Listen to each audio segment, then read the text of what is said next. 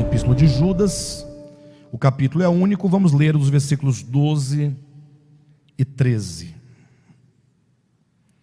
que dizem assim: estes homens são como rochas submersas em vossas festas de fraternidade, banqueteando-se juntos sem qualquer recato, pastores que a si mesmos se apacentam, nuvens sem água, impelidas pelos ventos, árvores em plena estação dos frutos, destes desprovidas, duplamente mortas, desarraigadas, ondas bravias do mar, que espumam as suas próprias sujidades, estrelas errantes para as quais tem sido guardada a negridão das trevas para sempre. Queridos, nós agora chegamos na mensagem em que vamos intitular as características dos apóstatas, as características dos hereges, as características destes homens maus de que Judas fala no versículo 4 desta epístola. Interessante que nós precisamos pensar um pouco, porque agora acabei de usar a palavra herege, e essa palavra ela tem sido muito mal utilizada e muito mal empregada, até porque ela surge no contexto histórico da igreja organizada, sendo usada pela igreja católica romana. É verdade que esse termo já era usado na igreja primitiva. O problema é que o termo herege, ou aquele que difunde heresias, né? Ele foi usado por muito tempo pela igreja católica romana para falar daqueles que não concordavam ou que tinham dissonância com respeito às doutrinas que a igreja católica divulgava.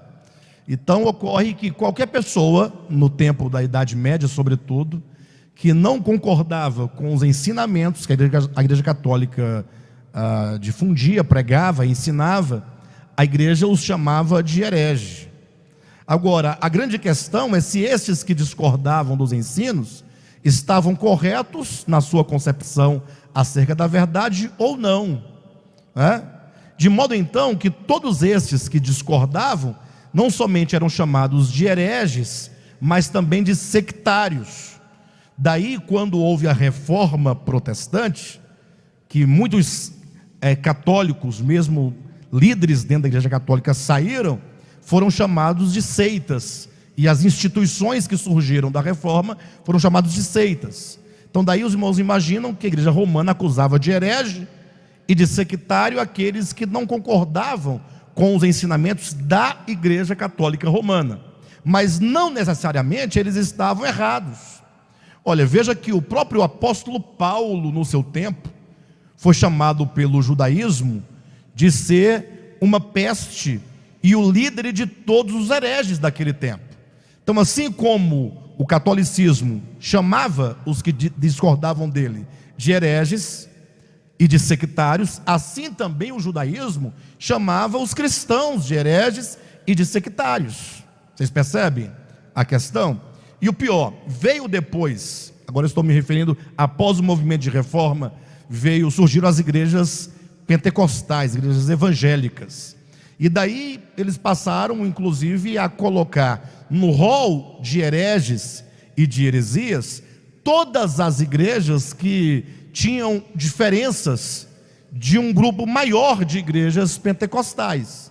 Então é assim, é sempre um grupo chamando o outro de herege, né? É sempre um grupo que é chamado de herege, que vai chamar de herege aquele que também não concorda consigo. Bem, de todo modo, nós temos que usar esse termo, ou quando ouvirmos esse termo, devemos pensar na relação com a verdade e não com qualquer instituição. Não é porque a igreja católica chama alguém de herege que esse tal seja um herege, no sentido próprio da palavra. Não é porque a igreja evangélica chama tal grupo de hereges que eles de fato sejam. Lógico, eu não estou aqui fazendo apologia a grupo algum.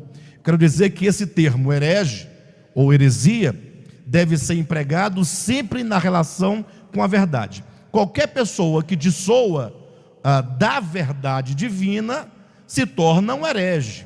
E a heresia é qualquer ensinamento que não está de acordo com a verdade revelada nas Escrituras, na pessoa de Jesus Cristo, que é a própria verdade. Ok?